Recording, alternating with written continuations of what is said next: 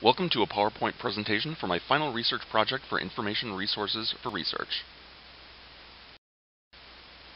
In this project, I intend to demonstrate that while mounting societal pressure against South Africa's apartheid-sponsoring regime discouraged many film producers and talents from utilizing the country as a shooting location, the rewards outweighed the risks for enough low-budget filmmakers to continue utilizing the cheap resources that the country had to offer.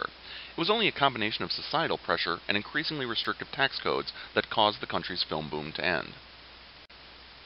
While the country of South Africa had battled the issue of racial segregation since the 19th century, the election of the National Party's D.F. Malan in 1948 allowed for the system of apartheid, essentially cementing segregation into law, to come into being. In the years after the National Party rose to power, South African residents were officially classified by race, and laws were enacted to ensure that each race was limited in residence to specific areas. In addition, marriages and sexual contact between races were forbidden, and non-whites became increasingly restricted as to voting rights, culminating in 1960s action that disallowed all non-white representation. Here's an example of the sort of mindset that prevailed in the white leaders of the country at the time. Is in a lesser state of development is by far in the majority here. And numerically, of course, they are much stronger. And because also I believe that it is according to God's will that the white race, which is in the majority in this country, should be preserved. And also everything we have done in the last 300 years and built up in the church and in the state should be preserved and not be swallowed up by an, I wouldn't say inferior race, because I don't believe it is an inferior race, but a lesser, a race which is in a lesser state of development, that's all. South Africa had had a burgeoning film industry in the silent era, but filmmaking in the country after the invention of sound was few and far between until the country introduced a tax subsidy system in 1956 in order to promote film production. This subsidy was expanded in 1969 in order to promote films in the Afrikaans language over those in English, and allowed for producers to recover a good percentage of their investment based on their box office intake. While international producers had used South Africa as a location occasionally throughout the years, film production skyrocketed in the 1980s due to an expansion of the tax credit and success of Jamie Uys's The Gods Must Be Crazy, a 1980 film that received a large amount of box office attention upon its worldwide theatrical re-release in 1984. By 1991, the film boom had ended, and it became a slow process in order to convince film producers to return to the country after the end of apartheid. South Africa's apartheid practices did not go unnoticed by those in the international community. An academic boycott, suggested by the African National Congress and supported by the United Nations, went into effect in the 1960s. The United Nations enacted a number of policies toward the country, ranging from a condemnation of the practices in 1962 to an arms embargo the following year to an extension of trade sanctions imposed on the country throughout the 1980s. The cultural boycott of the country was occasionally present in the 1960s, as seen by singer Dusty Springfield's refusal to play the country unless she could perform to mixed audiences. You do have this special anti-apartheid clause written into your contract. Do you feel strongly politically about this? No, I don't know. The first thing about politics, all I know is that I think that there shouldn't be anybody, if they want to buy a ticket, should be allowed to do so. And this was the agreement I went under. And sorry. Why was your contract different to previous ones? It was much stronger. Well, I think that I may be wrong about this, but I think that in the case of most British artists who've been there before, they have played maybe one or two segregated concerts. And I didn't particularly want to do that. So what are the films that created the country's film boom? The term Zaxploitation comes from the combination of South Africa's two-digit country code of ZA with the term exploitation, a catch-all word to describe all films of certain genres meant primarily for direct-to-video, drive-in, and less prestige audiences such as horror, fantasy, action, science fiction, or thriller films. These types of films are usually produced for smaller budgets with the profit margin under greater consideration than any kind of artistic ambition. The late 1980s saw a huge influx of low-budget exploitation films being financed by and filmed in South Africa, often backed by American and British production companies. In Peter Jacobus Foury's book on media studies, he cites 1988 as a peak year for South African filmmaking, with 170 films being produced in that year, a huge change from the earlier years of the decade in which the country averaged between 25 and 30 films on an annual basis.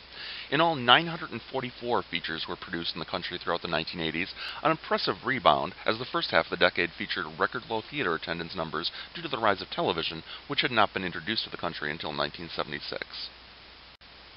Not all of the films produced in South Africa could be termed Zexploitation films. The country did have its own film production system, though having to get through the country's system of censorship meant that few films featured much in the way of transgressive content. In addition, there were many cheaply made films meant for black audiences of South Africa, along with smaller films that criticized the practices of their government that were banned for a time in their country of origin. The reason behind this boom was simple. It was cheap to shoot in South Africa and bordering Namibia, which was under South African control until 1990. A subsidy in place allowed producers to write off their investment within the year of production and claim 80% of their investment back. Film crews, with workers whose pay was not limited to the minimum set by unions that controlled U.S. film production, were significantly cheaper to hire as well. Filmmakers also utilized the desirability of South African residents to use film production as a way to get money out of the country due to the various boycotts that were being initiated. Another reason that filmmakers flocked to the country was due to the scenery and the multiple types of landscapes that could make the country appear to be just about anywhere else on Earth or beyond. They could make the films appear to be set in a fictional country in Africa. At the same time, it will supply our national industries with the power they require to turn our country into a supplier of high-quality manufactured products for the entire world. If you look out your windows, To small town USA. Beautiful downtown Hicksville. Borden. Showers around South Florida. To significantly larger town USA. Partly cloudy, the forecast, and a slight chance of some showers. High of 82, 63 degrees now, Miami. West. It's what the doctors call And beyond. insanity. For what could be more criminally insane than to bite the hand from which all blessings flow? In fact, it may be that the only country that South Africa doesn't play is South Africa itself. The similarity to the accents of South African performers to those of Australians led many South African films to be nonchalantly dismissed as Australian, even by critics. 1988's Alien from L.A. features South African actor Richard Haynes, whose accent is mocked as being too Australian on the cult TV series Mystery Science Theater 3000. Owen Gleiberman, writing about the South African production Sweet Murder in its 1993 VHS incarnation, describes it as an Aussie single white female, simultaneously mistaking the country of origin and unfairly comparing it to a film that was made 2 years after the film's 1990 creation. Reaction to the subsidy had always been mixed. As while it did encourage film production in the country, the types of films produced for international markets weren't prestigious products, and some complained that the subsidies did more harm than good and failed to yield any international success. Film producers loved utilizing South Africa's cheap resources, but the finished product never showed off the country itself, and even in the rare case where a film depicting events in South Africa was marketed to international audiences, the film's locale was downplayed, as in Daryl Root's City of Blood, a Johannesburg-set tale of a serial murderer using apartheid protests as a backdrop that was marketed as a horror film when released in the United States. After the democratic elections of 1994, the larger tax subsidy plan for filmmakers was scrapped, and the rules were reformed in March 1995. So the films were cheap to make, turned a huge profit, and could easily be disguised as vaguely American. What's the problem? The most notable response to apartheid from the artistic community came not from the world of film, but from the world of music. Musician Stephen Van Zandt formed Artists United Against Apartheid in 1985 in an effort to promote awareness towards South Africa's apartheid policies. Their most noteworthy production, Sun City, was created in order to prevent musicians from performing at the titular resort in a South African-controlled area, an area that the government had created after displacing many of the locale's black residents. The film community became heavily involved in 1987 with the formation of Filmmakers Against Apartheid, as directors such as Woody Allen, Spike Lee, Jonathan Demme, and Martin Scorsese joined forces to prevent their films from being shown in the country, and to encourage United States President Ronald Reagan to encourage a complete U.S. boycott of South African goods. The anti-apartheid movement came to a head in 1988 with the production of Red Scorpion, a $16 million production backed and co-written by lobbyist Jack Abramoff. Unlike many of the other lower-budgeted productions made in South Africa, Red Scorpion was a more ambitious project, a big-budget action epic starring Dolph Lundgren, set to be distributed internationally by Warner Brothers. Originally set to be filmed in Swaziland, the film crew was soon pushed out of the country, and the film was instead shot in South Africa-controlled Namibia.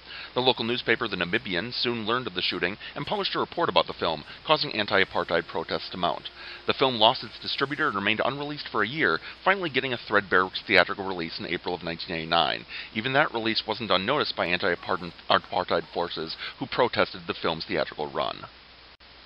While Red Scorpion makes for a fine test case as to when the cultural boycott against apartheid in film finally reached a tipping point, perhaps a better example would be the series of the Gods Must Be Crazy films, starring Namibian bushman Ngaksao as a Kalahari desert tribesman who discovers a Coca-Cola bottle and sets forth to discover its uses, thinking it to be a present from the gods. A box office hit in 1980, the film became a worldwide success upon a larger release in 1984, before the cultural boycott against South Africa's policies became widely recognized.